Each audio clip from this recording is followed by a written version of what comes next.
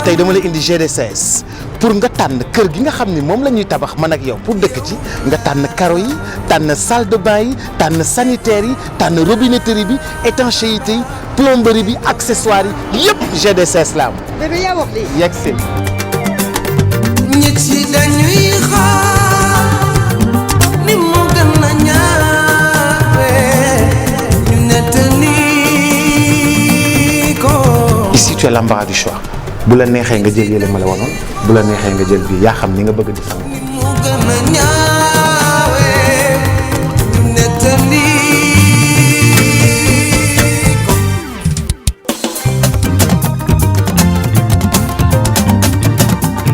njaga fi ma war a féete bàyyi sama mooy daanu gaynde bu fàqee sàqal jamaareen faw cooni baari wuy ma masul ki neewoon naa la dinaara way bii nii dafay ànd ak machine à laver place yu machine à laver baa ngi nii machine à laver bi am na connexion yëpp ba pare yow tànnal rek nee ma lii laa bëgg rek.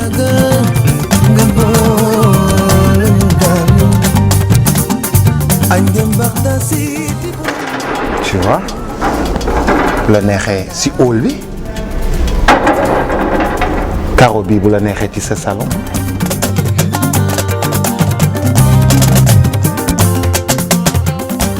tac tac tac tac ça coule de là c'est mon choix alors tu feras ton choix. woote leen gaaw de yéex ñàkk rombati réccu ngir nga mën a tabax ci nu mu gën a gaawee jërëjëf GDCS.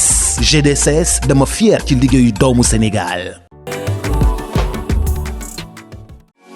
Eau Royale butéelu ndox bu mucc ayib boo xam ni lépp qualité la ñu ko naan Eau Royale. boo gisee bouteille bi dafa am précision bu net ci ni nga xam ni moom moo di format bi ndox bi nekk eau de source qualité ndox mi nekk lu ay scientifique seetantal ko ba validé ko ba noppi 33 centilitres bi am succès bu mag boutique boo dugg Eau Royale ma nga fa 33 centilitres à 100 francs am nañu it 1 litre 25 200 francs dong lay jar 1 litre 25 200 francs rek amit 10 litres ci Eau Royale. Eau Royale mën nga ko fekk ci Auchan Casino supermarché exclusive ci Carrefour supermarket ci Prido yi ci boutique Star Énergie ci Titan Oil yi ci Elton yi ak bépp supermarché. Eau Royale bouteille bi dafa bleu scientifique yi validé ko ba noppi it muy eau de source ndoxu qualité bu tàng beeg bu sedd bi yépp dalay jëriñ suñu service commercial 33 834 90 44 Eau Royale pure claire légère ndox mu pire leer nañ woyof toll Eau Royale dañ leen ko conseiller yéen ñëpp.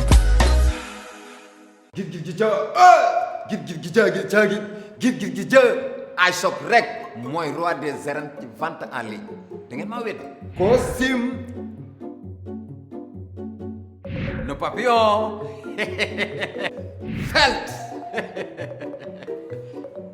iShop pom du moroomu new ku wedd xampal toog fi nga toog yor sa téléphone di jënd nu mu la neexee iShop iShop iShop. Télécharge vite l'application eShop sur Google Play ou App Store. Avec eShop, chopez le bonheur. bëgg laa bégal rek. fu mu yem neex. oui ma yow maa ngi ci salle bi maa la wax lii. bég bu bon dara wóoru ci mën na taal sa kër wala mu indi yeneen jéey. tout le monde à terre. kay. teel. taamu leen bégu gaz yu Fokker yi ñu defaree Italie ak xam-xam bu wóor ñu garanti ko 1974 ba léegi. bégu Fokker inox lañ ko defaree du xomaat du bënn tàkk-tàkkam set na wóor na te gaaw na lool ràññee leen ko bu baax. bégu Fokker mooy lii wóor.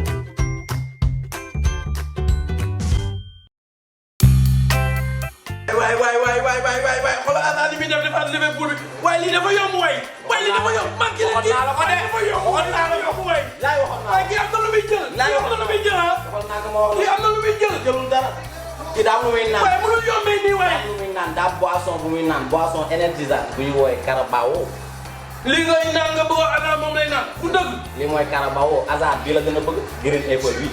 Green Apple maanaam. Green Apple mooy pomme verte. Carabao am na original. Carabao am na mandarine orange. Mandarine orange. dañoo jël mandarine ak orange jaxase ko bi ñuy jox défenseur yi pour diabétique yi. am na. mooy lan. bi amul suukar.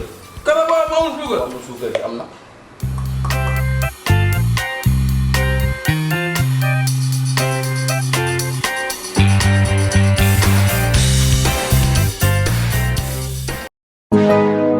Au bonheur du jour, artisan fleuriste, décoration, route de Ngor. Venez choisir dès maintenant vos fleurs. Nous sommes là pour vous accompagner et pour vous conseiller. Oui, au bonheur du jour, nous sommes des artisans fleuristes, mais très pros, très professionnels et très réputés. Nous sommes ouverts du lundi au dimanche de 9h à 19h.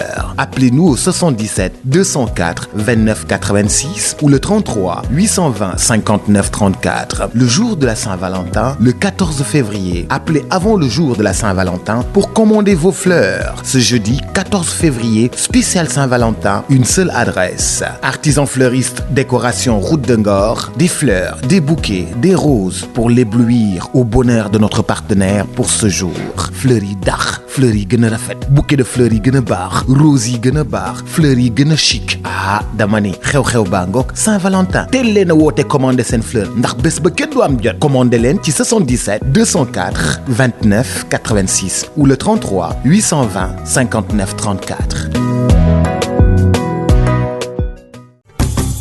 Welma, véritable grande célébrité de la mode, et Welma fête son anniversaire. 30 jours de réduction du 10 mars au 10 avril. www.welma.com. Réduction jusqu'à moins 50%. Lot de t-shirts 100% coton à 6 900 francs. Lot de 3 chemises à 19 900 francs. Ensemble costume, ou donne dire 70 000 francs. Nyunko Yaye 29 900 francs. Lunettes photogrées anti-reflet à 9 900 francs. Welma, www.welma avec H et 2L.com. 77 555 21 67 70 555 21 67. dem leen gaaw si WhatsApp bi ci 77 555 21 67 77 555 21 67.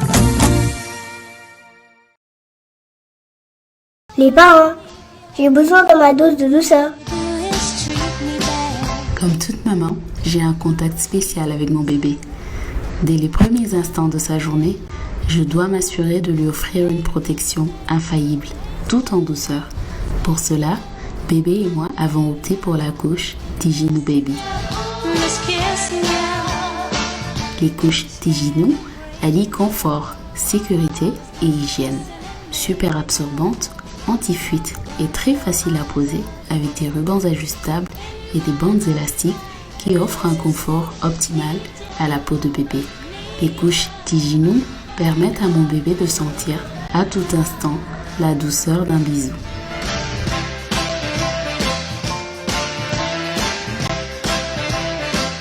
Tijinou, doux comme un bisou.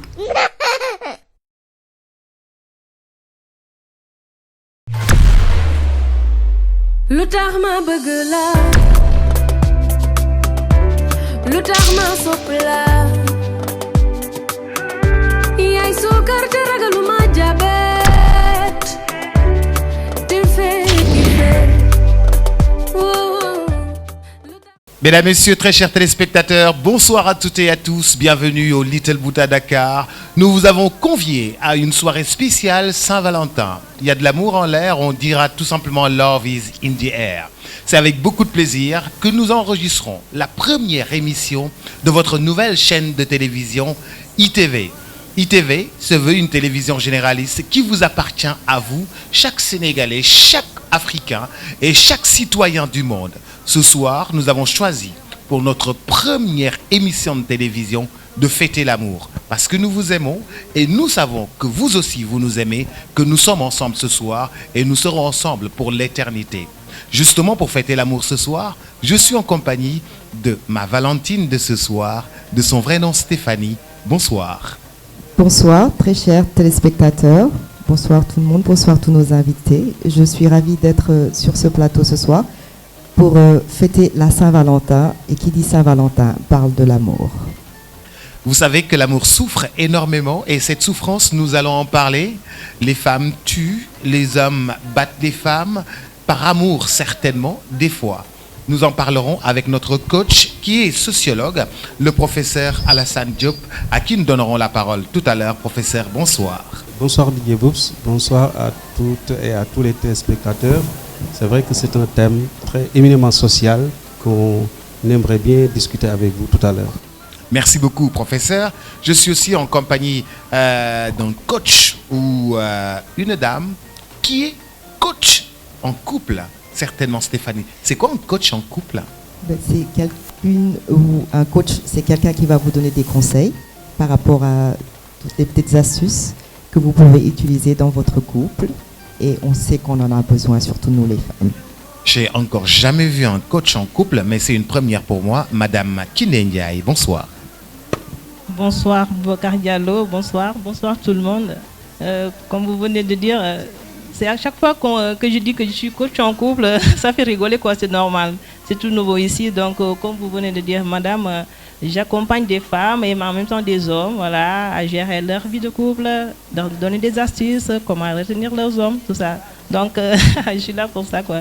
On l'applaudit s'il vous plaît parce que c'est une première pour moi. C'est très intéressant. Si je comprends bien, Aliou Cissé est coach du Sénégal, elle coach les femmes. Exactement. Ah, d'accord, c'est du nouveau pour moi. Je suis aussi en compagnie d'un couple mythique, connu, véritable grande célébrité dans le monde de la musique, que nous avons appris à aimer par, bien sûr, leur duo d'habillement, leur duo justement de maquillage, leur duo de style, nous ont fait aimer le couple Mabo avec un son exceptionnel. Le couple Mabo qu'on applaudit. Bonsoir Mia. Bonsoir Boubacar. Ça va bien? Bien, et vous? Ça fait plaisir de vous voir. C'est partagé. Je suis aussi en compagnie de No Face. Bonsoir. Bonsoir. Ça va, grand? Alhamdulillah. En forme?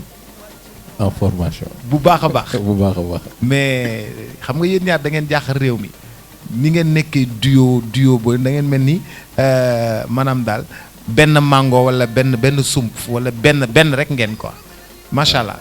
Bon comme Mabo bi rek mooy maay bo. M-A-B-O. waaw Mabo. Mabo. Merci beaucoup. xam nga tamit am nañu beneen couple beneen gan. Effectivement am nañu beneen couple bu fi nekk tey muy Djiby Dramé ak jabaram Maman Chérie ñu ngi leen di nuyu Djiby Maman Chérie dalal leen ak jàmm. maa ngi leen fay di la nuyu di nuyu képp ku nekk ci plateau bi invité yi Diallo Jëri di la nuyu di nuyu nag la couple de France tey nga woo Mabo Papa Dadek ak Maman Chérie. Quelle rencontre Diallo Jëri. macha allah kon nag tey du yomb. du yomb de. non du yomb. Saint-Valentin la ñuy wax non du yomb. Saint-Valentin la ñuy wax. couple heureux la ñuy wax. couple heureux. te ñi ñu woote yëpp dañoo heureux. seen couple chaque jour dañuy Saint-Valentin. ndeysaan. ouais. Maman Chérie chaque jour c'est Saint-Valentin. oui Boubacar salaamaaleykum maa ngi lay nuyu. maa ngi lay fay. di nuyu yëpp fii maa ngi leen di nuyu kontaan naa. ñoo la gën a kontaan ñoo la gën a kontaan Maman Chérie. Alors je suis aussi nous sommes aussi en compagnie d'un couple alors sénégalais qui s'appelle Babacar et Babacar Diouf et Aïssatou Ndiaye. Babacar ak Aïssatou maa ngi leen di nuyu bu baax a baax di leen ziar. Merci d'avoir répondu à l'invitation de ITV. Nous sommes aussi en compagnie du couple Mame Goor et Diakhaté Sahna. Bonsoir, vous allez bien? Alors ce soir, nous avons convié à un dîner spécial Saint-Valentin. Ce dîner spécial Saint-Valentin se déroule au Little Buddha. J'aimerais inviter le chef qui nous a concocté un dîner spécial Saint-Valentin pour justement fêter l'amour ensemble. Chef Mendy, s'il vous plaît, si vous voulez bien nous rejoindre pour nous présenter un peu ce qui va se passer et puis comment est-ce que ça va se passer ici même au Little Buddha Dakar. Chef Mendy, qu'on applaudit s'il vous plaît. Chef, bonsoir, qu'on applaudit. Bonsoir Boubacar Diallo, bonsoir les invités. Bienvenue au restaurant du Bouddha de Dakar. Le Little Buddha est très célèbre pour ses plats, mais aussi son menu gastronomique. Alors, qu'est-ce que vous nous avez préparé pour notre soirée Saint-Valentin ce soir? Alors, ce soir, je vous ai présenté un menu très très spécial, un menu dont nous, au niveau du Touboura, on a l'habitude de faire quand on a des invités de marque, top VIP. Aujourd'hui, on est parti sur une base de un mini buffet, c'est-à-dire plusieurs entrées, plusieurs plats et plusieurs desserts. Donc, il sera servi en 3 phases, c'est-à-dire on envoie les entrées et après les plats et les desserts.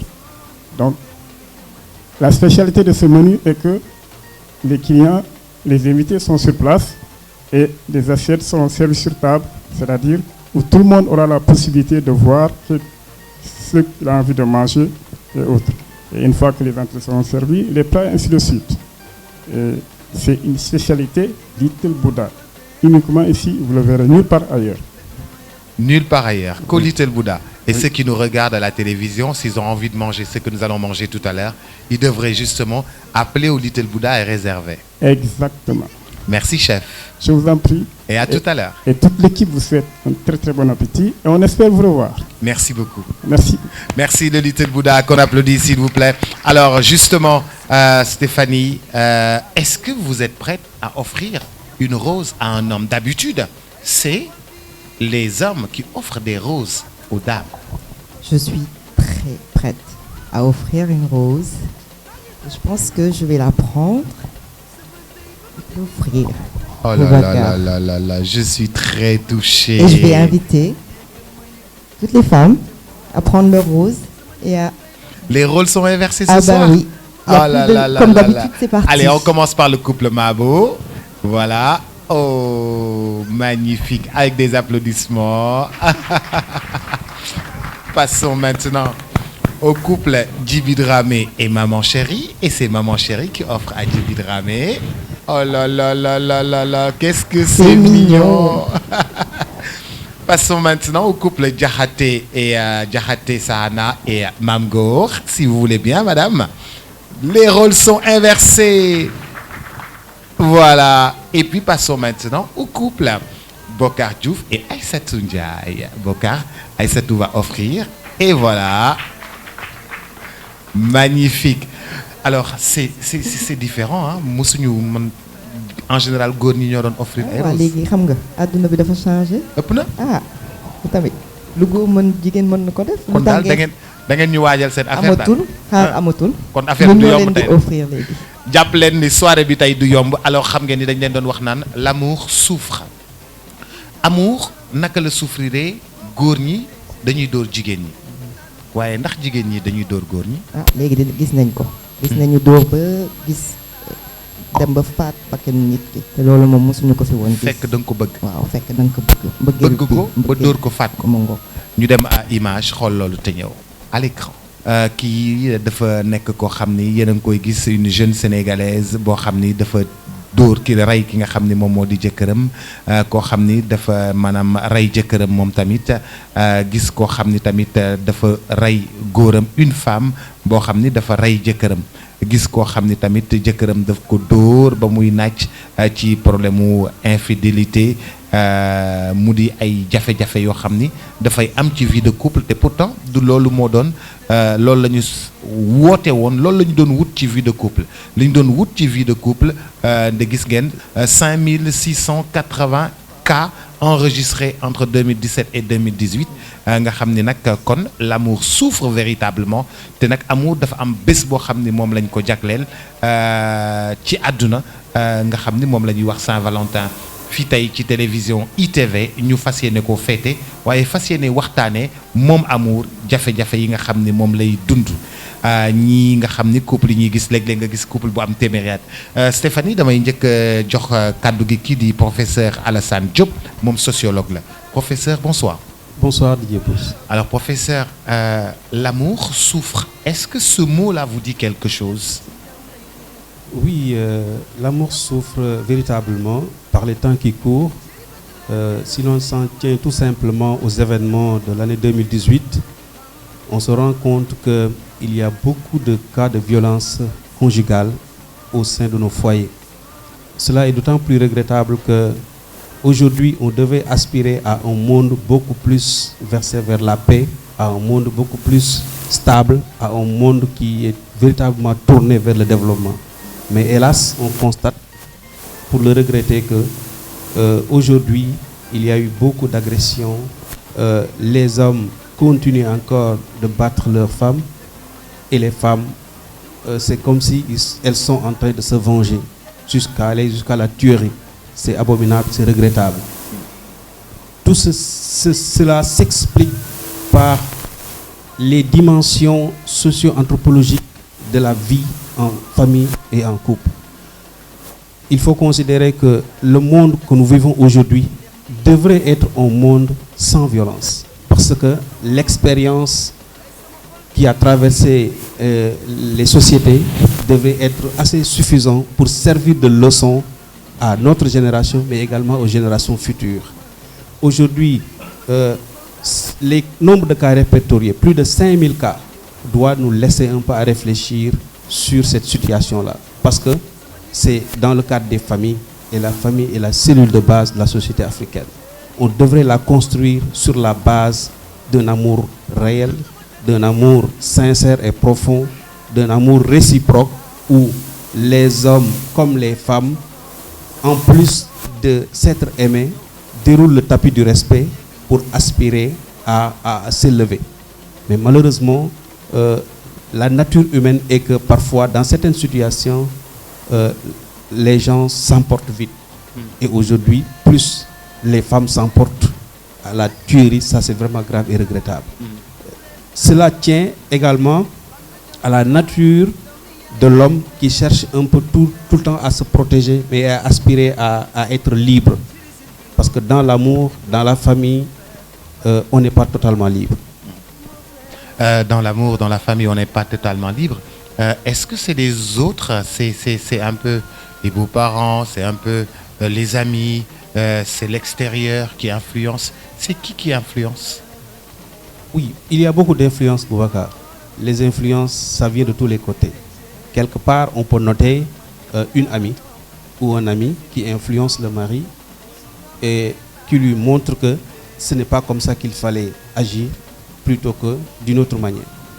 Quelquefois, c'est les beaux-parents. Parfois, on trouve que la belle famille n'était pas d'accord au début du mariage et souffle des influences sous l'oreille de la femme ou du mari. Par ailleurs, également, il y a l'environnement socio-économique que nous vivons qui influence, qui dit à la femme, toi, tu devais être ceci, tu devais avoir cela, tu devais aspirer à comme l'autre est ou bien comme l'autre a.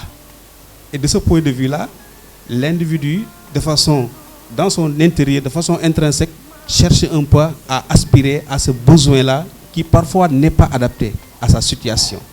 Parce que l'homme doit chercher à s'adapter, à analyser les conditions actuelles de sa position pour pouvoir se projeter sur l'ère du possible. Parce que quand on flirte avec l'ère de l'impossible, on se heurte à ces genres de conflits-là. Et les conflits, bien que ça existe, on ne peut pas les éviter, il faut les gérer. Mais la façon dont on les gère est véritablement de la mauvaise façon très souvent. Quand j'ai dit que j'organisais un peu sur ITV une soirée Saint-Valentin, les femmes au bureau ont crié. Les hommes, c'est de vrais menteurs. C'est de vrais menteurs. Ils disent jamais la vérité. Comment est-ce que vous expliquez ça? Oulala, Boubs, je ne vais pas jusqu'à ce niveau-là. Mais juste en tout cas, les femmes ont sauté au bureau. Oui, les hommes ne disent pas toute la vérité. Ah. Ensuite, c'est parce qu'ils ont un plan B où ils cherchent un peu à tempérer la situation. Parce que toute vérité n'est pas bonne à dire. C'est l'adage qui le dit. D'accord. Mais également, ils devraient chercher à être véridiques, juste envers leurs femmes. À les accompagner, à partager avec eux ce qui est profond dans le cadre de l'amour. Parce que l'amour, c'est, comme je dirais, un Fort Boyard où il y a beaucoup de coins et de recoins. J'espère que quand tu vas revenir sur là-dessus, il y a énormément de ficelles qu'il faut avoir pour mener à terme cette barque-là de l'amour qui est difficile à manager, à coacher pour ainsi dire. Il y a beaucoup de tempêtes que cette barque de l'amour doit traverser. Oui, il y a beaucoup de tempêtes parce que l'amour n'est pas un homme sain. Parfois, il tombe malade. Il peut avoir mal à la tête, il peut avoir mal au cœur, mal aux pieds. Il faut l'accompagner et le soigner. Parfois, il faut poser un garrot. Parce que en réalité, on ne peut pas avoir un amour parfait 100% tout le long de la vie.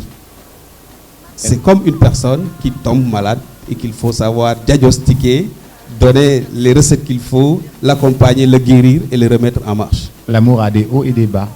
Effectivement, c'est ça. Exact. L'amour a des hauts et des bas. Au début, c'est presque l'extase. On vit l'amour pleinement.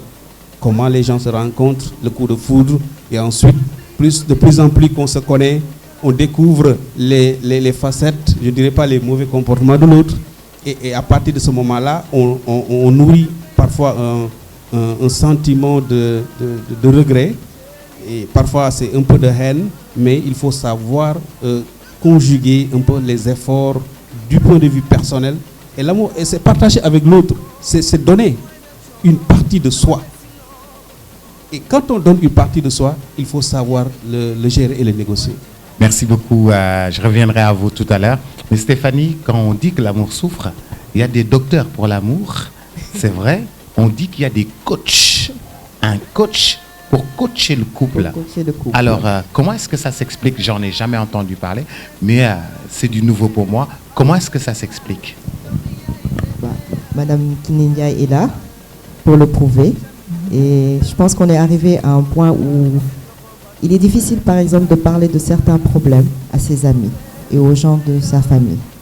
Parce qu'on ne sait pas s'ils vont aller le répéter dehors ou on ne sait pas de quel œil est-ce qu'ils vont voir ce genre de problème qu'on a. Donc, c'est devenu un peu plus facile, en fait, de se tourner vers un étranger et de parler de ses problèmes. D'où la nécessité de trouver un coach.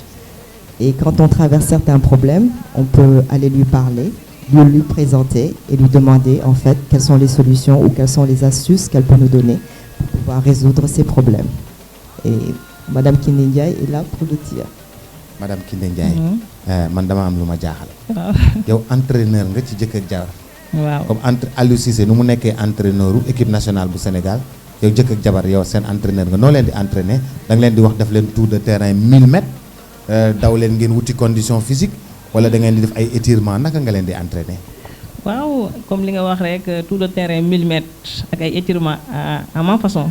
Donc dama lay jox ay astuces yoo xamante ni par exemple da nga koy mettre en place. Dama lay suivre nag pas à pas. À chaque fois tu mets les astuces en place, da nga may recontacter, après je vais voir il y a des failles, s'il n'y a pas de failles, je te dis continue comme ça. À chaque fois je fais ça jusqu'à obtenir des résultats qu'on veut. Su jigéen ñëwee ne la man sama jëkkër moom daal day génn dem ci balcon bi wax téléphone rek fu mu toll day wax téléphone te xam naa ni ku jigéen lay waxal te man ñemewuma koo wax léegi yow loolu naka nga koy conseiller naka nga koy gérer. waaw loolu ni ma koy gérer en général xam nga góor moom da nga koy occuper waaw parce que quand tu es avec ton homme à l'intérieur mu jékki-jékki di occuper wu am lu ko gën a intéressé que toi c'est que y a problème. Voilà, il y a problème. tàcc leen loolu gën a sëgër gis waay ah bu jékki-jékki rek ku góor ki nekk ci téléphone bi nekk ci leneen rek di ngun gu dem ci balcon bi ngun rek am na lu xew de ah. waaw y a problème parce que góor en général normalement boo nekkee ak moom instant yi warut a xool wala yaa ko war a gënal lépp sa présence moo ko war a gënal leneen donc buy occupé ci leneen rek kon donc y a blocage y a faille y a des choses à corriger. Voilà, donc pour me contacter, je vais te dire maintenant comment tu vas faire pour occuper ta vie de couple. Parce qu'il y a des trucs que tu ne fais pas, il y a des choses que tu n'as pas fait. Wow. Maintenant, pour rendre ta vie de couple intéressante, comme on dit, il faut que ça soit excitant, quoi. Pour que maintenant, à chaque fois qu'il est là, il est à côté de toi. Légui, bu fekkee ni si jëkkër bi dafay jékki-jékki di def ay guddee yu dul jeex moom ne moom guddee ko gën a waaw day jékki-jékki rek dem guddee te nekkul ci dara yàlla xam na ne nekkul ci dara mais moom daal am na lu tax daal muy guddee daal loolu noo koy gérer. waaw comme li may wax rek xam nga góor par exemple tey jii bu nekkee bureau mën naa ne toog di liggéey déjà journée bi rek am nga noo ko war a occuper ba mën naa ne ba butu liggéey bi sax da koy arrêté wàcc. ah bu ko bàyyi mu liggéey déedéet waaw da ngay am nooy doxalee ba nga xamante ni moom ci boppam day yàkkamtee wàcc. jox ñu ay exemple yu jox ñu ay tuuti. dañu bëgg xam tey moom Saint-Valentin la comme amour dafa souffrir ci dëkk bi dañoo bëgg am ay tuuti clé rek. d'accord donc par exemple xam nga am na ay messages yoo xamante ni da nga koy envoyer xam nga góor dafa bëgg suspense. waaw dafa bëgg suspense da nga koy envoyé yoo xamante ni day imaginer mais attends comment ça se passer comment ça va se passer maintenant à la maison. waaw mu koy def ci bopp bi quoi day yàkkamti donc ay astuces laa lay jox nga teg ko. ay messages yoo koy envoyé. s'il le faut je sais pas maintenant avec maintenant réseaux sociaux tout est possible. voilà maintenant tu peux mettre en vidéo ça dépend léegi nag en tout cas tu vas faire des trucs yoo xamante ni moom ce qui est sûr mooy. tardé bu guddee wàcc bi moom sincèrement moom day deñ wala lu bari dina wàññeeku. mbokk yi ci biir suñu plateau Saint-Valentin dama bëgg ñu waxtaanee tuuti violence conjugale alors ñi nga xam ni ñoom ñoo ñuy seetaan fii ci ITV am nañ ci ñoom tamit wàll ñu dem xool te dellu siwaat léegi. lu tax ma bëgg la. Je suis très attristée quand j'entends parler de violence conjugale parce que si on est en couple, c'est souvent pour être justement bien, trouver un bien-être et que ça se termine par des violences. Donc je pense qu'il faut absolument éviter d'en arriver là et apprendre dans le couple à se parler, à communiquer. La communication, malgré tous les multimédias, on a du mal à échanger parce qu'une femme a sa façon de vivre et l'homme aussi. Donc pour se comprendre, il faut essayer d'échanger. Et si on peut échanger, on peut comprendre mieux les choses.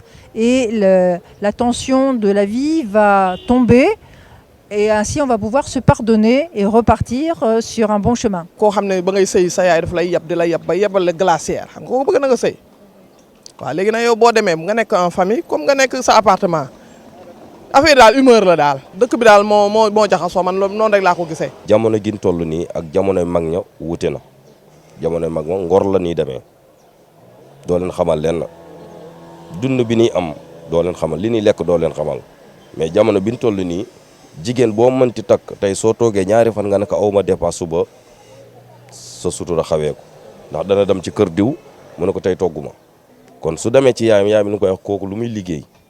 kon doo ko waroon a wax di am jëlal ceeb bii wala jëlal dugub bii nga yóbbu sa kër togg kenn bañ laa xamal leen. problème yi li ci gën di bëri léegi boo xoolee parents yi dañ leen di écarter ci ménage yi te ñoom aussi tamit dara lañ ci parce que xëy na waxu mag am na lu nga xamante ni dina jariñ na nit daal jariñ nañu ñun suñu waxu kilifa parce que xëy na bu fekkente ni yow yaa ngi déggal sa kilifa lu bëri di nga am yu nga xamante ni doo ko bëgg def mais je me dis que des fois bu fekkente ni day nekk sëy bu nga xamante ni lépp luy xew c'est entre vous deux chaque fois ay problème rek moom moo ciy ñëw. li am léegi ci couple yi ak ci mariage yi moom man en tout cas dama koy déplorer waaw parce que bu ñu demee ba violence bi dem ba nekk léegi ay meurtre nga koy dégg tout le temps si rajo yi boo taalee i rajo moom ngay déglu boo taalee beneen rajo moom ngay déglu boo xoolee journaux yi tout le temps ñu ne la mariage yi ay meurtre moo ci am wala ay alors taal na jëkkër ji ki ñu xamul man mettul naa ko trop parce que mariage gisewu moo ko noonu quoi.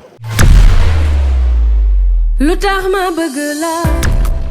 merci à la régie alors ma nekk nag couple Mabo maa ngi leen di delloowaat sama nuyoo di leen feddali sama kóllëre ak sama xaritoog ñoom alors gis ngeen waxtaan wi nga xam ne moom lañ doon waxtaan sànq ba tey ak suñu coach waxtaan ko ak suñu psychologue professeur docteur Diop alors Mia yéen da ngeen joxe exemple couple boo xam ni c'est un couple parfait nit yi dañuy miirewu ci yéen dañ leen di xool di wane seen cofeel ci yéen loolu da ngeen ko liggéey wala harmonie naturelle la. lu ñu liggéey la ba pare mu nekk harmonie naturelle parce que comme ni ñu koy waxee communication complicité dafa baax ci couple surtout di waxtaan day tax du ngeen réeroo day tax ngeen di déggante bu baax a baax day tax tamit lu bari luy waaj a ñëw ngeen mën ko fank. gis nañu jigéen ñi seen jëkkër yi ñoo ngi leen di dóor jigéen ñi tamit góor ñi tamit ñu ngi dóor seen jabar ñi di dóor seen jëkkër moo tax ñu ne amour dafay souffrir bu ñu génnee léegi ci micro trottoir bi yaa ngi dégg nit yi di ko wax loolu boo koy déggee psychologiquement yow lan la lay def. waaw psychologiquement dina ma toucher en tant que femme dina ma toucher en tant que jabar aussi parce que nga gis ñuy maltraiter jigéen du neex kenn nga gis tamit ñuy maltraiter góor du neex kenn alors vice versa du neex ci xol daal. tey gis nañu ñu ne jigéen ñi léegi dañu am coach. boo xam ne mooy ñëw di leen toppatoo. di leen xelal ci seen biir sëy.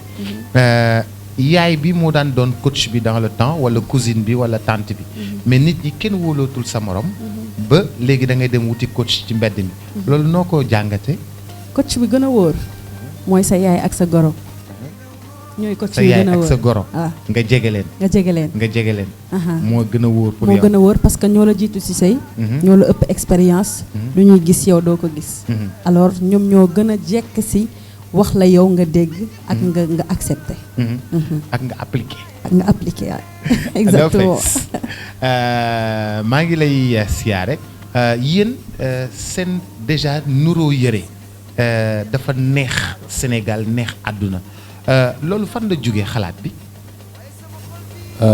lépp loo gis ci tàmbali ba ñu ngi ci doon jéem a organiser wu alors li ñu nekk di sol ni yëpp buñ ne dañuy nekk di def musique ci tàmbali ba mu sant gisee ma sant gisee tur bi rek déjà day ñëw directement saa yoo ne gisee rek Mabo dafay ñëw alors nag comme couple lañu dañuy nduróole rek mu nekk sama dégradé dugg si beneen couleur bi ñun ñaar ñu àndandoo. mu nekk dégradé waaw carrément lépp lu ñuy sol nag dafa nekk ni moom mooy xalaat affaire yi mooy def design bi liggéeyam la daal. ah moom couturière la à côté. waaw day def design bi mooy design bi après toog ak gars yi. ne leen defal ma lii ak lii ak lii. ok kon yow sa yëre moom moo koy préparé. moo koy préparé pour ba la muy ñëw yëpp moo koy defar. ndeysaan loolu rafet na. alors est-ce que moom noonu la mënee togg. noonu la mënee yàq noonu la mënee dressé damay laaj de damay dem ba ci biir yàq ba. laaj nga ma lu garaaw. waaye déggal loolu. lu garaaw garaaw sax. xam nga dañuy wax cordon bleu. waaw bi bleu foncé bi. ëppatalaw tàcc leen ma loolu. cordon bleu foncé tey laa ko mës a dégg. bi foncé bi la non dafa mën a togg sama jabar moo dàq togg ci monde bi. ëppatalaw. moo dàq togg ci monde bi. non mais. feeñ na si yow parce que bi ngay commencé musique da nga xaw a nor tuuti. non léegi leer na. noddantiku nga leer léegi amul benn milliardaire bu ma ëpp. gën a la leer taxawaay waaw waaw. ci biir vie de couple bi. léeg-léeg da ngeen di ànd yéeg sur scène. dem studio. dem defi prestation ensemble. voyager nous ensemble dans votre vie professionnelle en fait votre vie de couple benn la votre vie professionnelle aussi ci biir seen dund la bokk c'est nit ki loolu lay rêver en fait ci àddunaam bi on dirait. waaw rêve la benn côté beneen côté bi tamit ñun ñu ngi koy def naturellement parce que mën naa ne yàlla dafa def ñu bokk ay bëgg-bëgg. mais tamit mu doon li gën ci ñun laaj organisation aussi waaw xëy na nag nit ñi ñu ngi koy gis di ko rêver mais li may conseil gars yi mais nañ ci xool côté bu positif bi ñu xam ne ñoom ni ñuy amee problème noonu la ñuy amee problème ci ay difficultés yu métti la ñuy dugg des fois mais am na ñu ñu wër yoo xamante ne ñu ngi ñuy conseiller comme ni mu ko waxee suñu yaay ak suñu papa yi wër ñu rek teg ñu pression. di ñu organiser di ñu dimbali ci côté boobu bu baax a baax a baax loolu moo tax ba nit ñi tey di gis rêve boobu noonu si ñun. waaw. merci. jërëjëf rendez-vous dans quelques instants ou bien Stéphanie lay jox mu poser question les Mabo après ma jàll ci Djiby Dramé Stéphanie s'il te plaît am na loo bëggoon a laajte ñi nga xam ni ñoom ñooy couple Mabo. waa léegi lan laa leen li ma leen bëggoon laaj mooy ne comme ni ngeen ko waxee sànq ku ci nekk day am problème ci sa couple mais le fait de jongler le travail ak seen vie personnelle ngeen di liggéey yéen ñaar naka ngeen di def ba nga xam ne problème bu ñëwee di ngeen ko mën a surmonter ba déggoo. dafa am lu am solo lu madame wax mooy waxtaan déjà li ci jiitu mooy buñ ne kër ga rek kër ga la. alors kër ga nag am na bànneex naqar dafay ñëw am na ay hauts et des bas lépp ci la bokk liggéey ba maanaam wàllum liggéeyukaay ba bu ñu fa demee loolu liñ fa war a def ji maanaam mooy liggéey ba rek lañ fay dem defi ji foofu aussi dafa laaj professionnalisme dafa laaj concentration des fois nag dafay xaw a jege trop ba mu ëpp mu am lu ndaw lu am bànneex ñu ñëw fii ba émission bi sax duñ ko bàyyi xel ndax kontaan noonu lay amee des fois ay waxtaan xëccoo yu ndaw ñu ñëw ci côté bi bu xaw ñu jàpp mais dañ koy gérer moom le mot organisation rek la ñuy xëcc teg ko bu ñu waree dem rek nañ ne nañ dem kat dañuy liggéey nañ fa def lii nañ def lii nañ def lii bu ñu demee kër ga ñu toog ñu waxtaan bu ñu waxtaanee suñu ay waajur ñu ngi foofu noonu ñoom aussi ñu jàppale ñu conseil yi ñu nañu lii ak lii ak lii ngeen di def. Le temps de confirmer, nous allons regarder de très belles images du couple Mabo à la régie. Ñu dem xool li nga xam ne moom moo di image du couple Mabo soog a dellu siwaat ak kii di Djiby Dramé ak kii di Maman Chérie. Tout de suite image couple Mabo. lu tax ma bëgg la. Publicité. GDCS ñëpp ràññee ko ci liggéeyal Sénégal ak doomu Sénégal liggéey bu mucc ayib indil leen ay carreaux yu baax indil leen ay sanitaires yu baax lépp lu jëm ci étanchéité ak ay carreaux yu mucc ayib yoo xam ni nag ay normes européennes la di qualité supérieure mu daal di yëkkati jacuzzi daal di koy offrir benn auditeur u 90.3 ci iRadio ñu koy gërëm bu baax a baax di ko sant ci taxawaayam ci émission Saint-Valentin bu mag bii GDCS kenn du moom Sénégal bu ngeen ko jàppee jàpp ngeen li ngeen moom kon jàpp leen GDCS. lu tax ma bëgg la. Magnifique vidéo. Alors les tenues ont été magnifiques, la musique très belle, merci beaucoup Mabo, merci et puis nous sommes très fiers de vous encore justement pour cet engagement et puis d'ailleurs moi-même personnellement j'ai eu la chance de voir maintenant le couple jouer en live, il faut le faire et puis je suis très fier. Alors Stéphanie, je pense que nous allons sortir du Little Buddha et revenir dans quelques instants. Où est-ce qu'on va aller maintenant? Alors, Boops, on va aller sur les réseaux sociaux. On a fait un micro-trottoir et puis on a pris quelques questions sur les réseaux sociaux. Allez, c'est maintenant. lu tax ma bëgg la. communication bi bokk na li gën a yàq léegi ménage yi bon lu tax ma ne communication yi parce que dama si boole waale réseaux sociaux yi Facebook wala WhatsApp Instagram ainsi de suite da ngay dugg si kër léegi da ngay gis entente bi couple waroon am. da ngay gis da ngay toog ci salon bi à gauche jëkkër jaa ngi connecté wu à droite madame mi ngi nekk ci téléphone bi même au resto sax constat boobu boo demee da nga ko fiy fekk da ngay gis boo leen àndee en couple boo leen nekkee en couple da ngay gis kii day nekk ci téléphone am kii nekk ci téléphone am les communications boobu nag peut-être dina dem ba benn moment mun a nekk source de problème. Certaines personnes ici au Sénégal précipitent le mariage entre les jeunes. Vraiment, moi je trouve que c'est pas bon. On doit donner la chance au conjoint de mieux communiquer. L'amour, c'est vraiment quelque chose de merveilleux. On devrait tous profiter de cela. Donc, à mon humble avis, on devrait plus favoriser ce genre de choses. Vous voyez, dans certaines sociétés, ce n'est pas tabou l'amour. On prodigue ça au plus haut, on crie ça haut et fort qu'on aime. Mais ici, quand tu le fais, on le voit comme un interdit. Côté réseaux sociaux, yaa ngi fii yeneen ak yeneen mi ngi fii lépp a ngi ci daal waaw. jamono internet nag yàq na moom yàq na lu bëri franchement parce que ba internet amee ba tey sëy yu bëri pour man ci la defaroo waaye ci la yàqoo tamit. lu tax ma bëgg la. Steph, c'est chaud les réseaux sociaux. tàng na torop. waa léegi professeur Diop ñu tourné ci yow laaj la réseaux sociaux yi. yow lan moo ci sa xalaat bi ñu ko gisee tey WhatsApp bi ak Facebook bi Messenger bi gis nañ ne daal bi mu amee ba tey problème yi dafa mel ni dañu gën a bëri ci diggante couple yi yow lan moo ci sa xalaat. Stéphanie laaj bu am solo la parce que jamono yi ñuy toll nii réseaux sociaux yi dafa ñëw maanaam xaw a sorele ñi bëggante.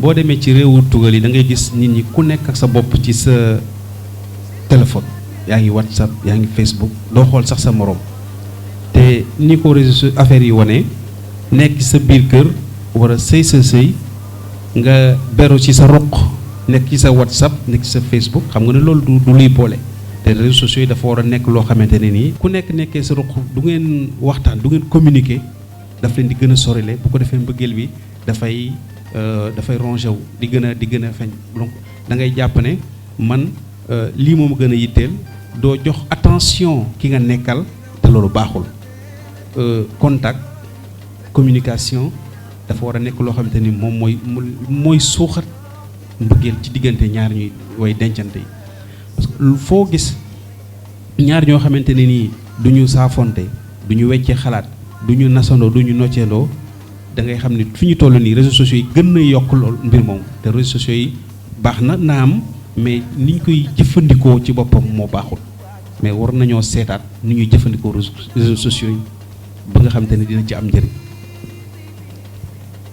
ma tourné ci yow nag coach di la laaj yow tamit ni nga gisee reportage bi ak lan nga ci xalaat est-ce que di nga gis nit ñoo xam ne muy jigéen wala di góor ñëw ci yow wax la ne am nañu problème boobu ci seen diggante ak seen kilifa wala seen jabar ñàkk wax bi nekk ci réseaux sociaux yi est-ce que yow di nga problème boobu di nga koy dégg wala di nga koy gis.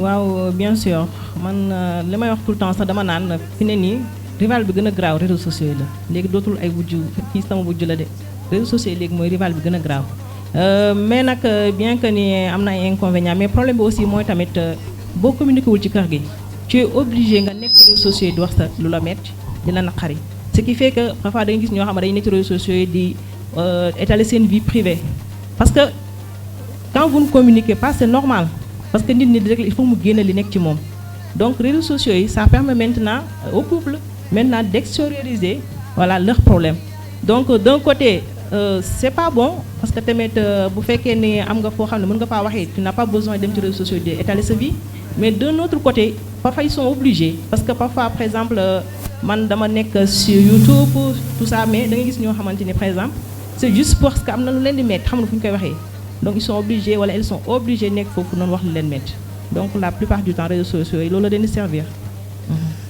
mu nekk foo xam ni fa la nit ñi daje di waxtaane waaye bu nekkee da nga nekk ci sëy ne ci réseaux sociaux yi noonu maa doo fa daj beneen waay. waaw xam nga moo tax ma ne rival bi gën a graaw la rival boobu noonu moo gën a graaw sax ki nga nekkal ñi ngay entourage je veux dire parce que bu fekkee ne par exemple yow tout le temps yaa ngi ci réseaux sociaux yi yaa ngi waxtaan donc foofu noonu mën nga fa gis loo xamante ni te ce qui est grave mooy en général sax da nga fa gis loo xamante ni moo lay gën a attirer que li nga nekkal parce que day mel vous vous comprenez waaw donc comme vous venez de dire foofu moom sincèrement il y a plus de risques je veux dire il y a plus de risques. waaw professeur docteur. waaw li mu wax dëgg la parce que daf may fàttali un peu benn professeur bu ñuy wax Gottman bu nekk université Seattle aux États-Unis dafa tijji benn labo bu ñuy tuddee Love Lab laboratoire pour affaire u mbëggeel moom mu seetlu ne ñi dencante nekkandoo ensemble mooy nekk li leen dëgëral mu daal di xool observer ay couple yu bëree bëri lu mat ay juróom-benni téeméeri couple pendant année yu bëri mu gis ne ni ñuy saafonte ci kër gi ni ñuy xoolante bu ñu nit di wax attention bi nga ci def yooyu yëpp dafa nekk yoo xamante ni moo leen di boole te loolu bu amul dañuy gën a sore mu ne nag couple yu bees yi gis na ni 90% ci couple yooyu dañuy am chance su résister gën a yàgg par rapport à l'usure du temps donc li am solo mooy réseaux sociaux dañ ko war a utiliser pour ñu gën a jegele mais waruñu ko utiliser pour mu gën a sori donc comme xam-xam la boo xamante ni sociologie xam-xam la boo xamante ni day xalaat ci lépp luy relation diggante nit ak moroomam rawatina ñaar ñu bëggante donc ñu jàpp ne réseaux sociaux dañu war a soppi niñ koy jëfandikoo bu ñu bëggee mu am jeexital bu rafet ci biir mbëggeel. jërëjëf docteur Djiby Dramé yow ak maman chérie seen dund daf ñoo neex lool dañ la gis yow nga nekk artiste tàmbalee liggéey sa liggéey am ndam bu baree bari ñu dem en 2008 nga takk soxna si ñuy wax maman chérie en 2018 ngeen def 10 ans ngeen génnee benn maanaam moo album bu bees de 15 titres tuddee ko 8-18 10 ans de mariage. Ça veut dire que votre mariage a résisté à l'érosion du temps, a résisté aux difficultés du couple. Tey am ngeen ndam bu mag am ci ay Mohamed ak yu ne Djiby Dramé kii nga xam ni moom mu nga dëkk ca Mali yow nga dëkk fii ci Sénégal nga dem ñu may la ko indil la ko. Maman chérie micro maman chérie. Non. Ça va être compliqué ce que je vais te poser là. Tu sais que beaucoup de femmes là aiment Djiby Dramé. Comment tu réagis? Ah, c'est vrai, hein? Beaucoup de femmes là aiment Djiby Dramé de. Boubacar, content là. Je ne suis pas fort en vocabulaire. Oui. Mais je vais débrouiller un peu en wolof. D'accord. Bon, boobu du kii. Du jàll. Ça ne passe pas. xam nga. jigéen yi Djiby les beau mais jigéen yi tamit suñ ko topp dinaa leen wan maman chérie moo fi ne. waaw. buñ ko toppee rek nga wan leen. léegi naka nga koy wane naka ngay defee. ak sama manière. ak sa manière da nga am say feem daal. waaw man dama am sama feem yi. comme coach lu mu wax bu Djiby Dramé demee rek da nga koy yónnee ay message nan ko def naa cuuraay bi. mais Boubacar man damay fiir de. déet waay. waaw. da ngay fiir tuuti. oui. pourtant nuru woo kuy fiir nag pour man da ngay way rek. déedéet. nekkoo ci way bi rek da ngay way waaye da ngay fiir Djiby est-ce que Djiby dina jël téléphone bi mu dem ci biti rek mu wax xam nga Djiby day sol grand mbubb bi rek jël téléphone bi rek daw. moom day jël téléphone ba dugg ci douche. bu duggee ci douche bi nga fekk ko foofu. déedéet ne ko Djiby. déedéet man su may déggee mi ngi ci douche bi.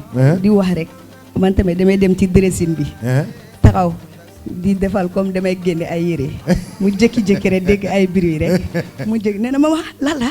ma ne tata ci leen loolu waay mais maman Djiby est-ce que mi ngi lay toppatoo dëgg-dëgg parce que ñun lu ñuy gis image bi ñuy gis yéen ñaar ngeen nekk théâtre national Daniel Sorano di def nuit du Bazin di way ensemble ñun image extérieure boobu rek la ñuy gis mais wax ma profondément naka la lay jàppee naka la lay toppatoowee lan ngay yëg ci kontaan ci moom. bon jarul sa man damay wax Djiby def may toppatoo man fi ma jógee dafa sori trop tey maman chérie du kenn Djiby Dramé la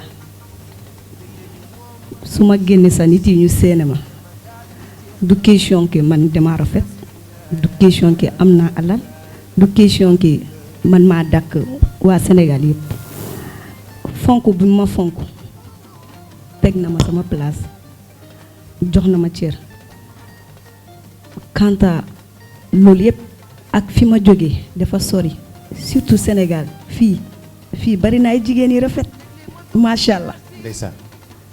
mais mu ñëw ba Mali. dem ba Mali def la ci oto jël la ci avion. wàccee la indi la ba fii. ne sa jigéeni Sénégal yëpp. waaw rafet nañu de waaye man maman chérie laa jël.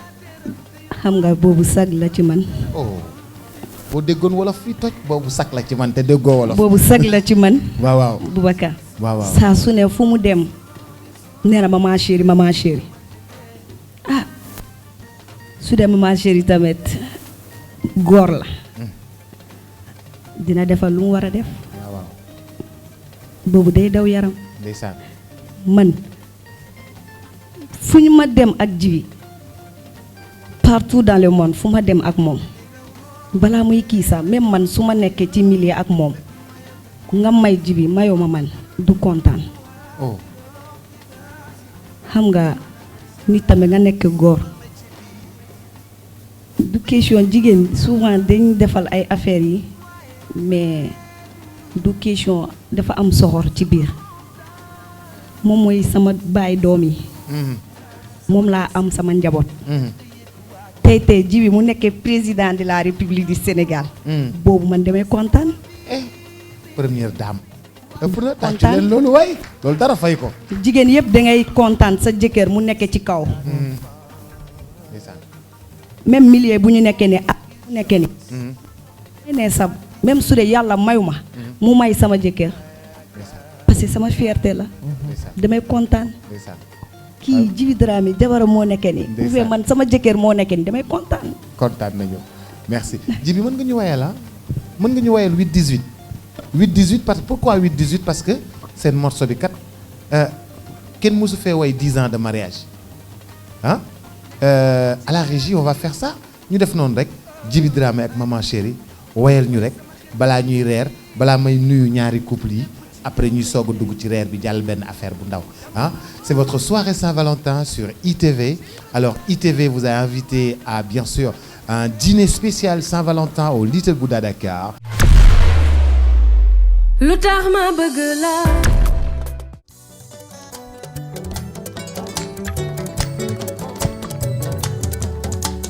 Soma no be, ah chéri boy. Soma no be, wax ma lu ma ne.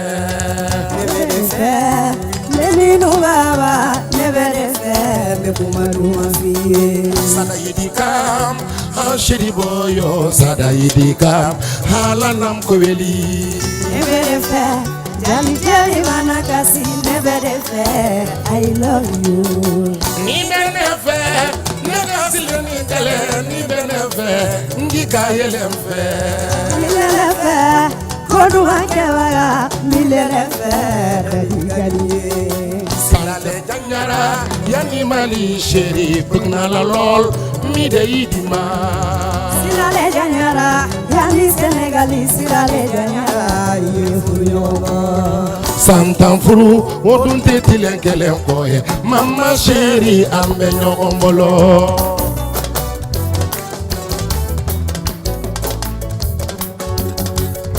Furu dabora tigi la jali mama. Anga munyo, anga sabari. Adabora kanu de la nindiane. Mama anga sabari, ambe ñogo mbolo.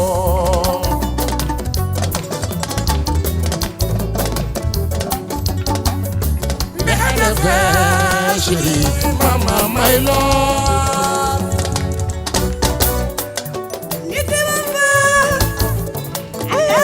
Por bien con usted paparazzi. Por allí pasa macanite.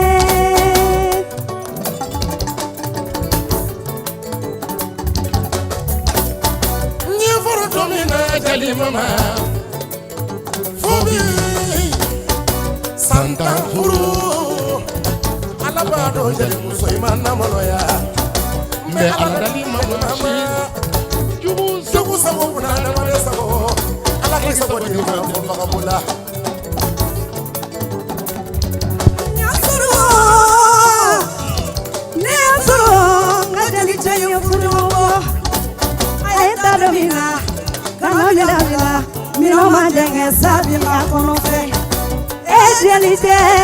Nene fe mo fenke darabena sigila. Abe bene me delite fe. Ni pari ni chogo ni kuma Kenya. Ani ne de marchi chogo. O bedadie.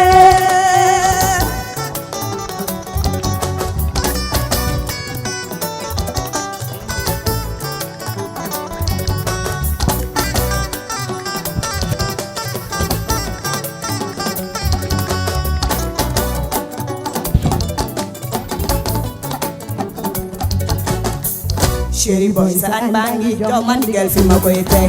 Te ko fu la neex yaay sama chéri di sama kundum kandang. Papa daal di añ baa ngi jox man digal fi ma koy teg. Amore chéri te ko fu la neex. Waaw añ baa ngi jox man digal fi ma koy teg. Papa daal di añ baa ngi jox man digal fi ma koy teg. Defal lu la neex, defal lu la neex yaa fi ne. Ma def li ma neex, ma def li ma neex, maa fi ne.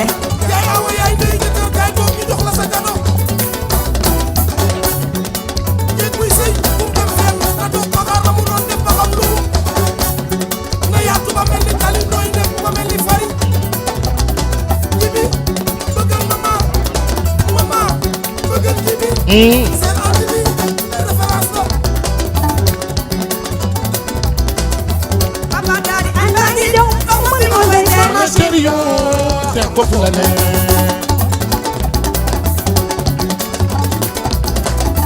Su la neexee wëndeelu. maa fi ne. Su la neexee xandaalu. maa ko yor. Xoolal nit yi si. Dañu ngi ne feeb yu bees. Ey boo bëggee sa waay pour xef xef. Bu xef xefi sa bëggee wóoru. Soo bëggee sa waay neexu du mooyu. Su la neexee wëndeelu. maa fi ne. Su la neexee xandaalu. maa ko yor. Xoolal nit yi si. Dañu ngi ne feeb yu bees. Ey boo bëggee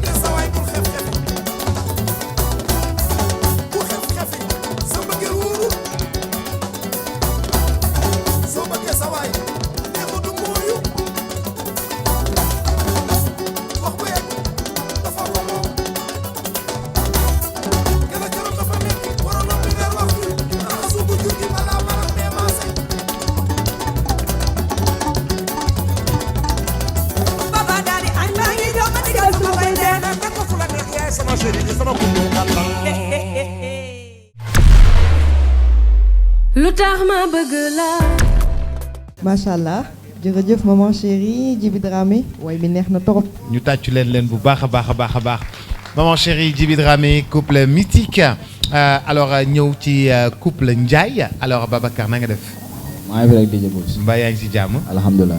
mais yow ak soxna si da ngeen def maabo def rouge noir léegi ku sol lu xaw a nuroo rek ñoom dañ naan maabo comme maabo lañ def alors yow soxna si moom nu mu tudd. Aïssatou Ndiaye. Aïssatou Ndiaye. Alors vous avez fait combien d'années de mariage? Bientôt 7 ans. 7 ans de mariage. mën nga ma nettali nu ngeen xamante ak fan ngeen xamante. waaw loolu moom dinaa ci sawar quoi ginnaaw ma la nuyu ñii seetaan waaw kii moom fi ñu xamante maanaam yàlla dafa ma ko andil ba koñ bu ma juddoo mu tegal ma ko foofu. ëpp tëlaw. non saa yaa fi ëpp sens. ban koñ la. Diamaguène laa dëkk Diamaguène Sicap Mbao. ok quartier Abdou Ndiaye. moom mu dëkk Colobane mais maama moo dëkk Diamaguène. bon yàlla andil ma ko ba fi ma dëkk tegal ma ko foofu. doon ñëw di seet si maamam quoi. waaw léegi nag premier jour bi ñuy gisee bon man maa ko gis quoi moom gisuma parce que jamono yooyu 2009 la ñoo ngi dañoo organisé woon soirée 4 avril. ñu demoon di taf ay track man ak sama gaay bon ñu dugg si benn boutique sama koñ.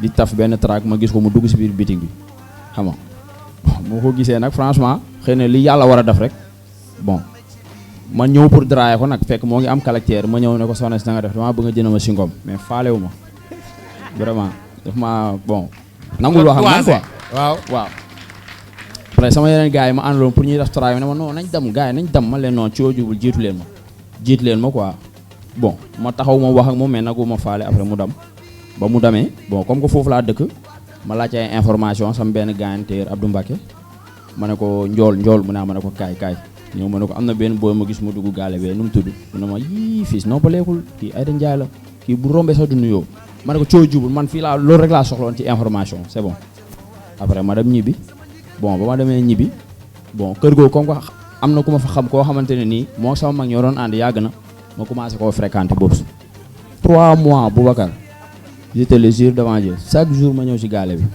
laaj ko.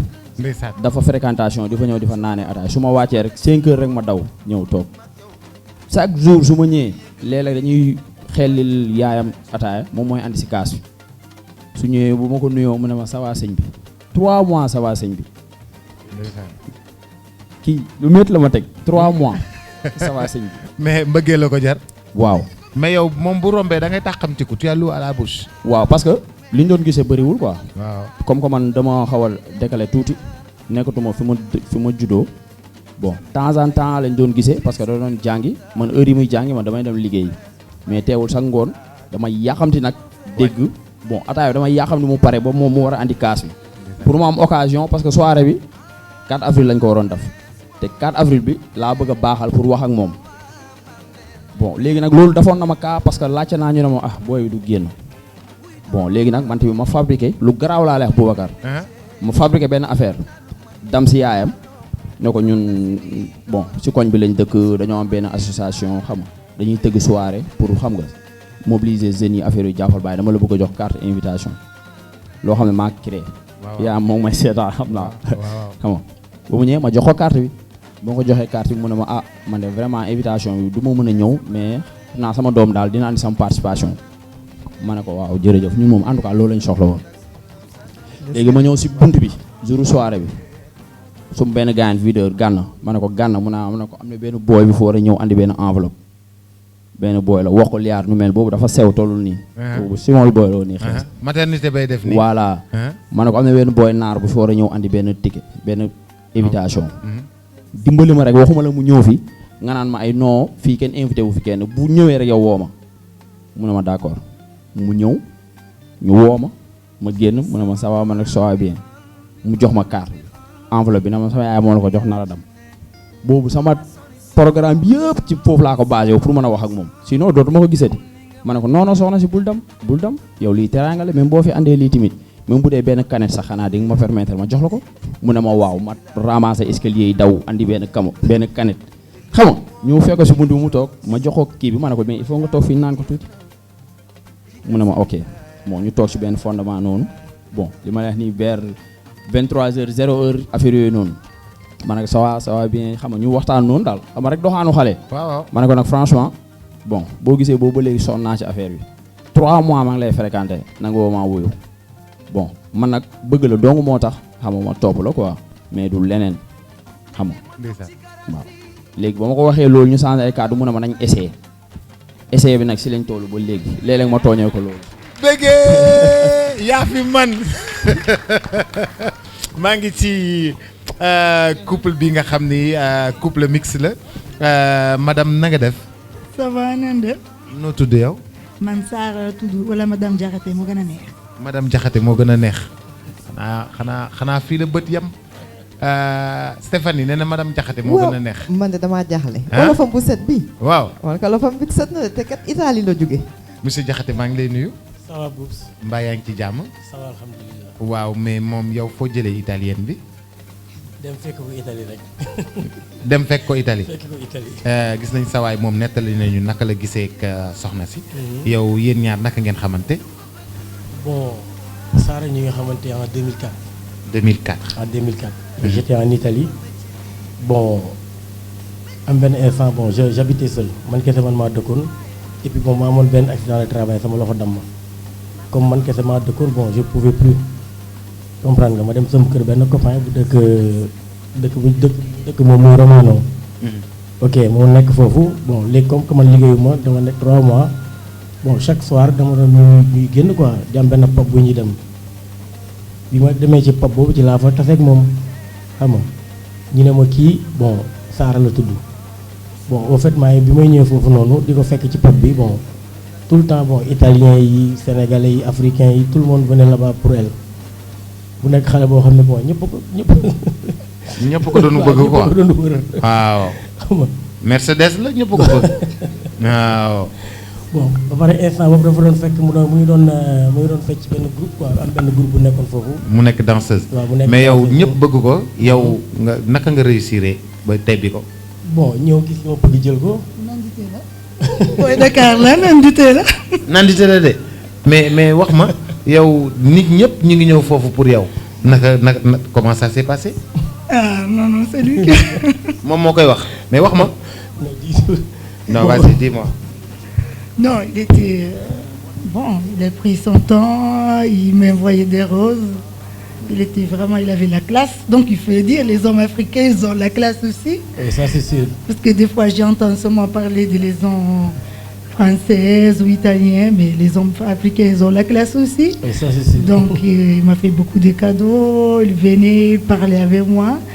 Et bon, on était devenus très amis, franchement, on était des amis. Il n'y avait rien au début. Et un bel jour, et pour mon anniversaire, il m'a envoyé 21 roses. Et après, avec des bougies, il a préparé, il a écrit « Je t'aime ». Après, je devais suivre les bougies, il y avait les roses.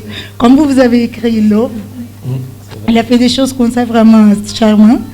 Et il a fait comme ils font les Italiens. Il m'a donné la bague de fiancement et il m'a demandé un mariage. Il m'a demandé la main. C'est... Comment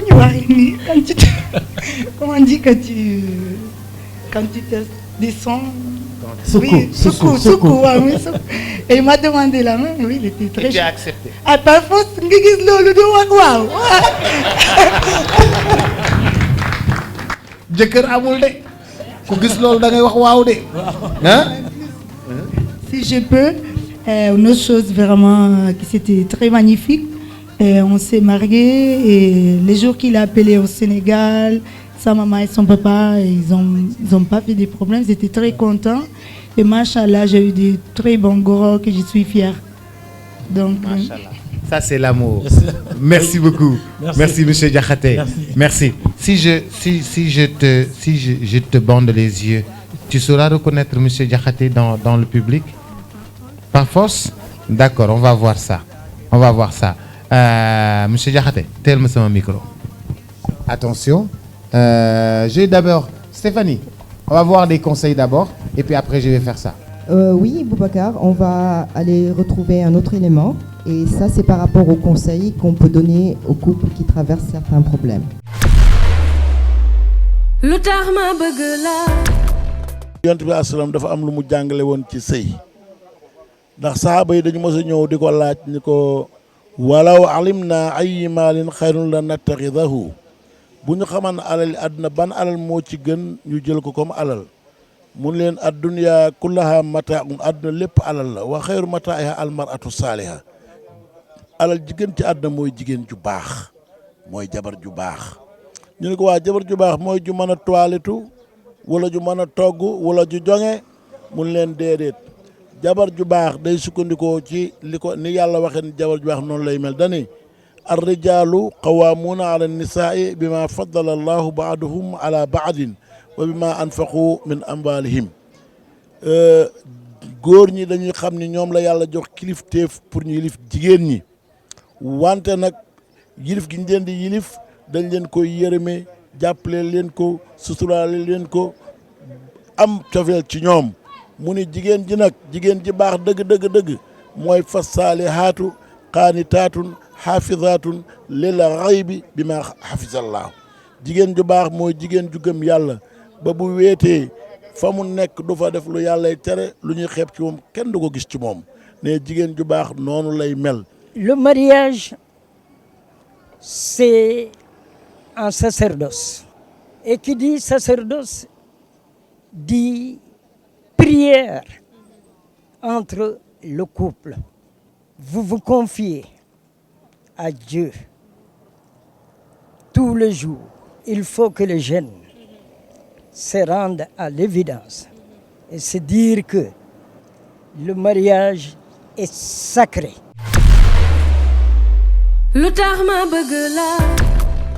Allez, j'ai mis des hommes en place. Je vais voir si tu vas reconnaître ton mari au toucher.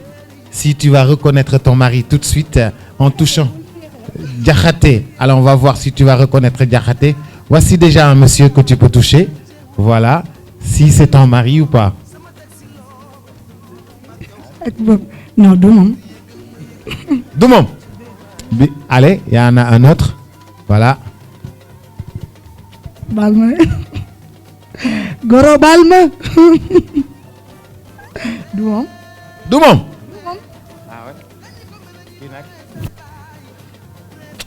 Non, qui me gagne Dieu. Non, c'est pas lui. Doumom. Mais il y a ton mari parmi les trois. Il y a mon mari. Tu peux tout le toucher. Non, mon honnête. Mon mari, il n'est pas là. Moi, je connais mon mari. Il y a ton mari parmi les trois. Non, mon honnête. Mais là, tu l'aimes beaucoup. C'est vrai? Vas-y, c'est vrai qu'il n'est pas là.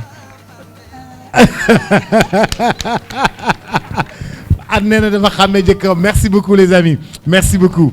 Merci. Alors, nous avons dit les conseils que nous avons jox ki nga xamni mom modi jeunes yi yow bo len don conseiller pour que sen tiofel sen beugel gëna dund gu gëna yag ci expérience bi nga am lan nga len di conseiller Boubacar conseiller len yakarna mën na yomb bi may ñëkke moy près des yeux près du cœur près des yeux lo gëna djégé xol beut bi mu gën a nekk ci xol bi. olof yi dañuy wax ni alalu golo ci lex ba. nekkul nag koy dugal prison wala koy topp fu mu teg tànkam nga teg fa sa tànk waaye da ngay am say feem am tuuti recul te bañ koo fàtt. bi ci des mooy les bons comptes font les bons amants. Les bons comptes font les bons amants. Oui. Pas les bons amis. Les bons comptes font les bons amants.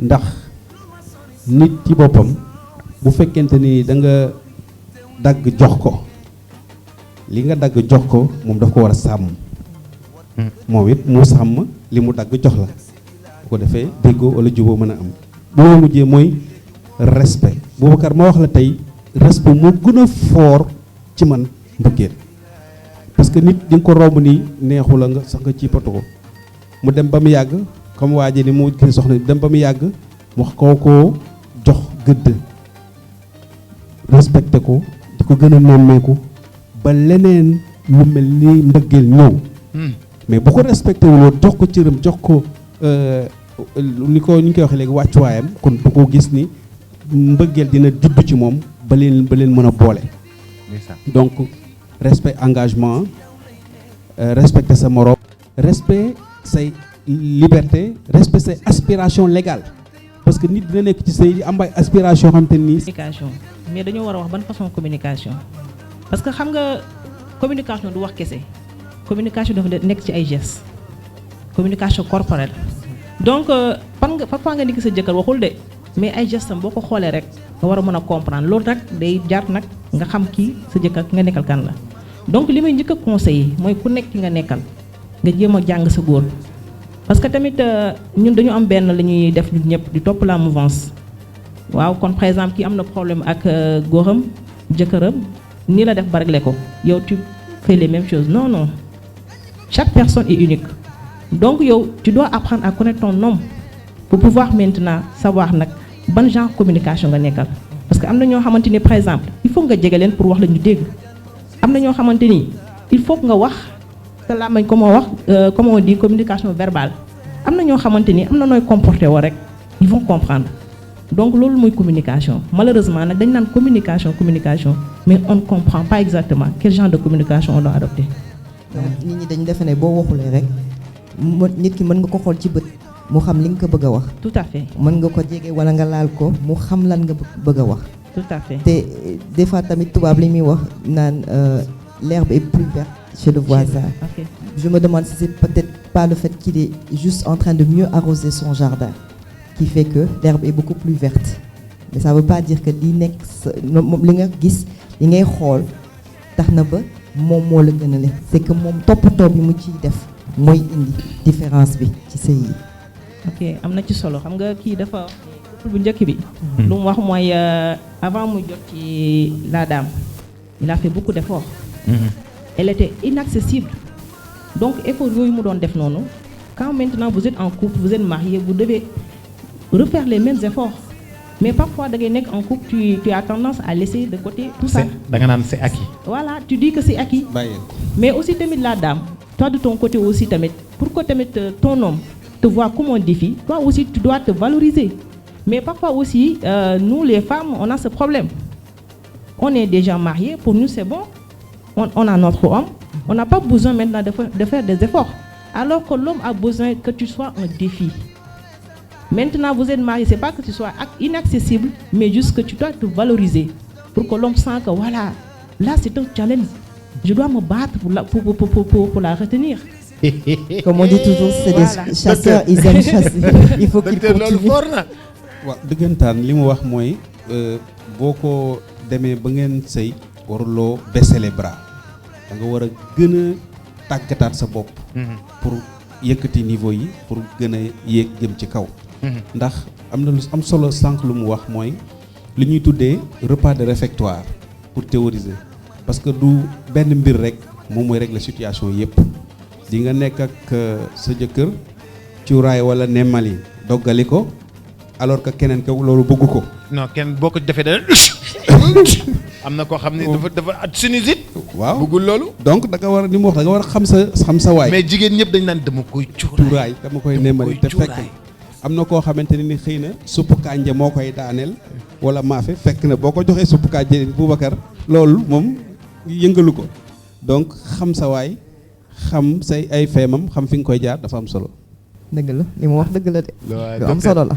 man daal yéen laay wër maa ngi leen di remercier bu baax a baax bëgg remercier aussi partenaires yi nga xam ne ñoom la ñu àndaloon yëpp ba noppi it suñu gan yi ñoom ñëpp dañoo am ay droits à des cadeaux yoo xam ne dañ leen ko war a offrir durant le dîner on va bien sûr demander au chef de commencer à servir et puis nous allons profiter justement xool ñi nga xam ne ñoom ñooy suñu partenaires yëpp ñu daal di yëkkati cadeaux yi.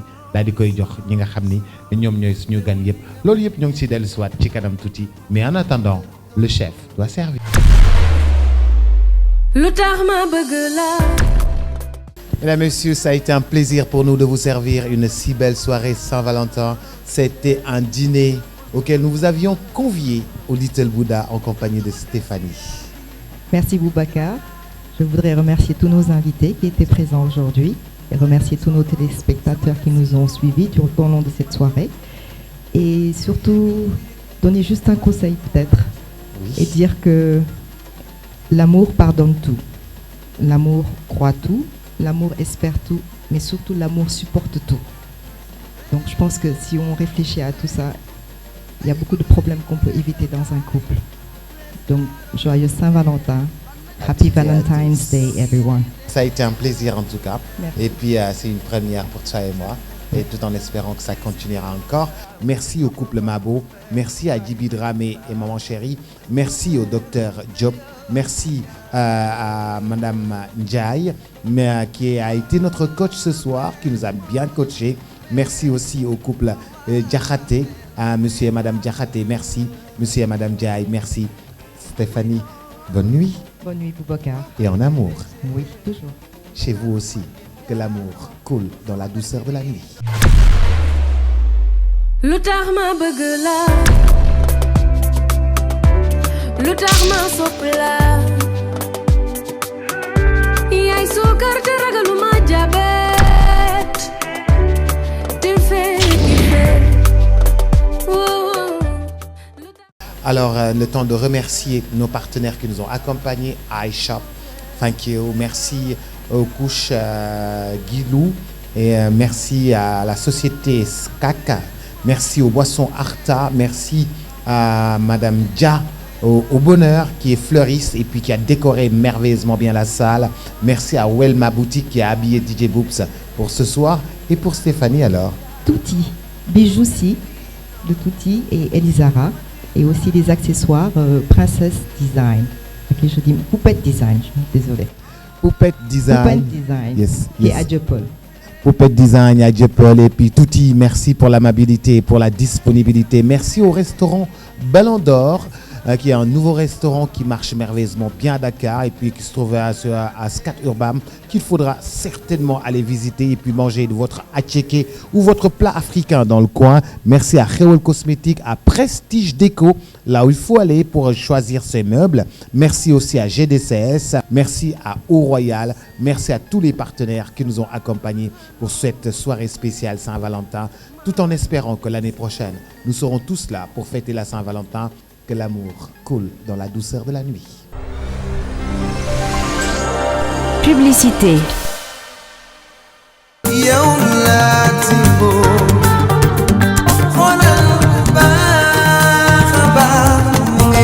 Chéri tey dama la indi GDCS pour nga tànn kër gi nga xam ni moom la ñuy tabax man ak yow pour dëkk ci nga tànn carreau yi tànn salle de bain yi tànn sanitaire yi tànn robinetterie bi étanchéité yi plomberie bi accessoires yi yëpp GDCS la am. bébé yaa wax lii. yegg si.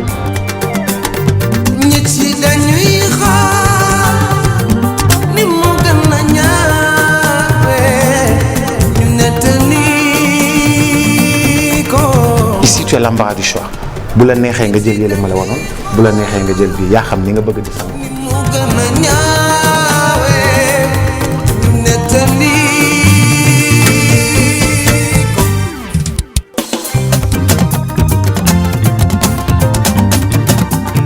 ñaga fi ma war a féete bàyyi sama mooy daanu gaynde bu fekkee sàqal jëmaareen faw cooni baari wuy ma masul ki ne woon naa la dinaa la way.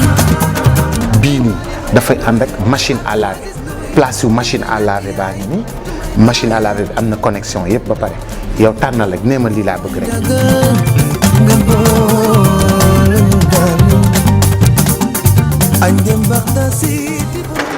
tu vois bu la neexee si hall bi carreau bi bu la neexee ci sa salon.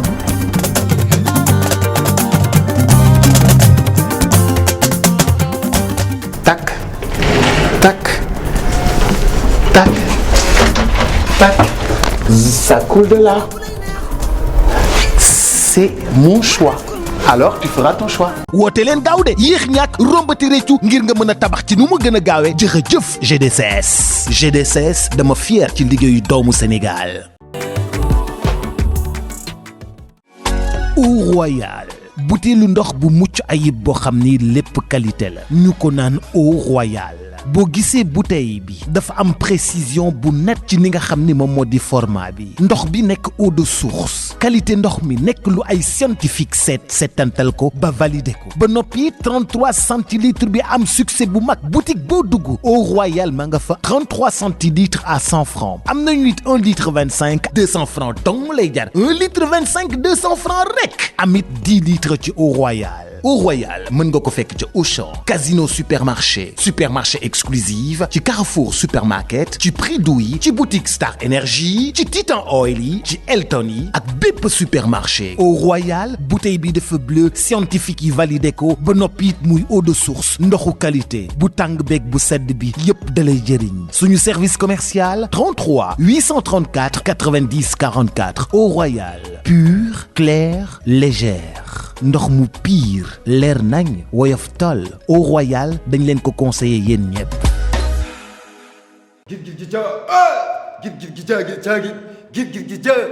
iShop rek mooy roi des arènes ci vente en ligne da ngeen maa wedd koo sim no papillon felt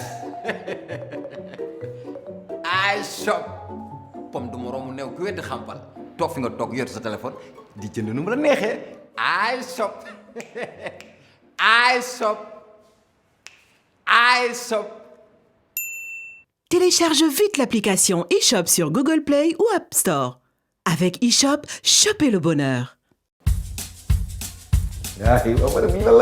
bëgg laa bégal rek. fu mu yem neex. oui ma yow maa ngi ci salle bi maa la wax lii. bég bu bon dara wóoru ci mën na taal sa kër wala mu indi yeneen jéey. tout le monde à terre.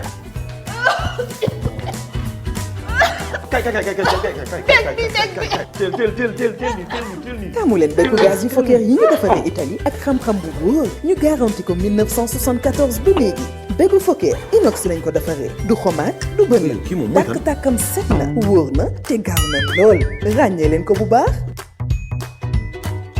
bégu Fokker mooy lii wóor.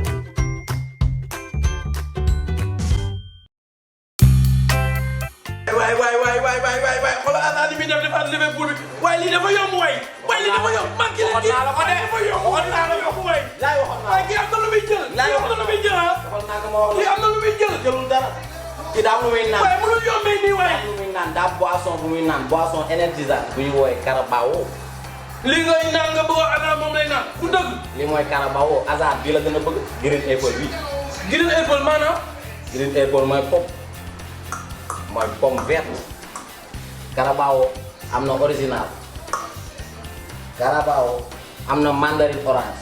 mandarine orange. dañoo jël mandarine ak orange jaxase ko bi ñuy jox défenseur yi pour diabétique yi. am na. mooy lan. bi amul suukar. Carabao bu amul suukar. amul suukar bi am na.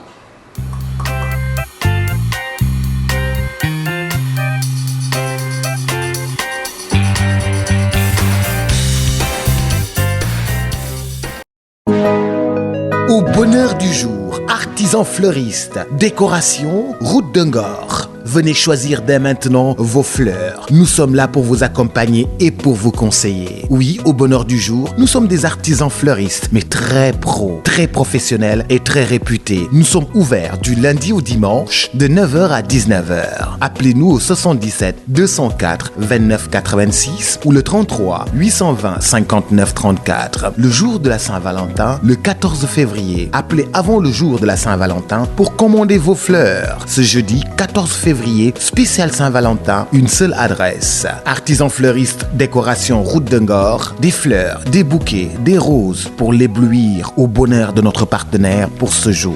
Fleurs yi dax, fleurs yi gën a rafet, bouquet de fleurs yi gën a baax, roses yi gën a baax, fleurs yi gën a chic. Ah dama ni xew-xew baa ngoog Saint-Valentin teel leen a woote commandé seen fleur ndax bés ba kenn du am jot. Commandé leen ci 77 204 29 86 ou le 33 820 59 34. Welma, véritable grande célébrité de la mode, et Welma fête son anniversaire. 30 30 jours de réduction du 10 mars au 10 avril. www.welma.com. Réduction jusqu'à moins 50%. Lot de t-shirts 100% coton à 6 900 francs. Lot de 3 chemises à 19 900 francs. Ensemble costume. Ou donne dire 70 000 francs. Ninko Yaye 29 900 francs. Lunettes photogrées anti-reflet à 9 900 francs. Welma. www.welma avec H et 2L.com. 77 555 21 67. 70 555 21 67. Demlen Gao sur WhatsApp bit 77 555 21 67. 77 555 21 67.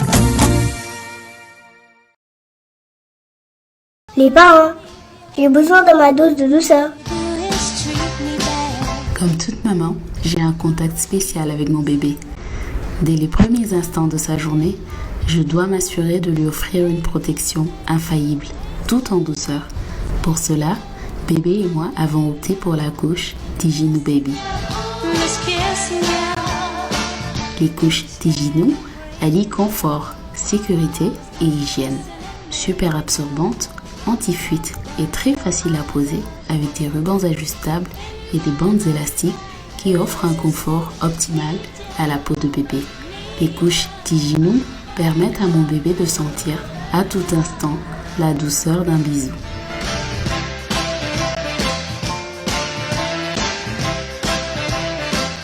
Tijinou, doux comme un bisou.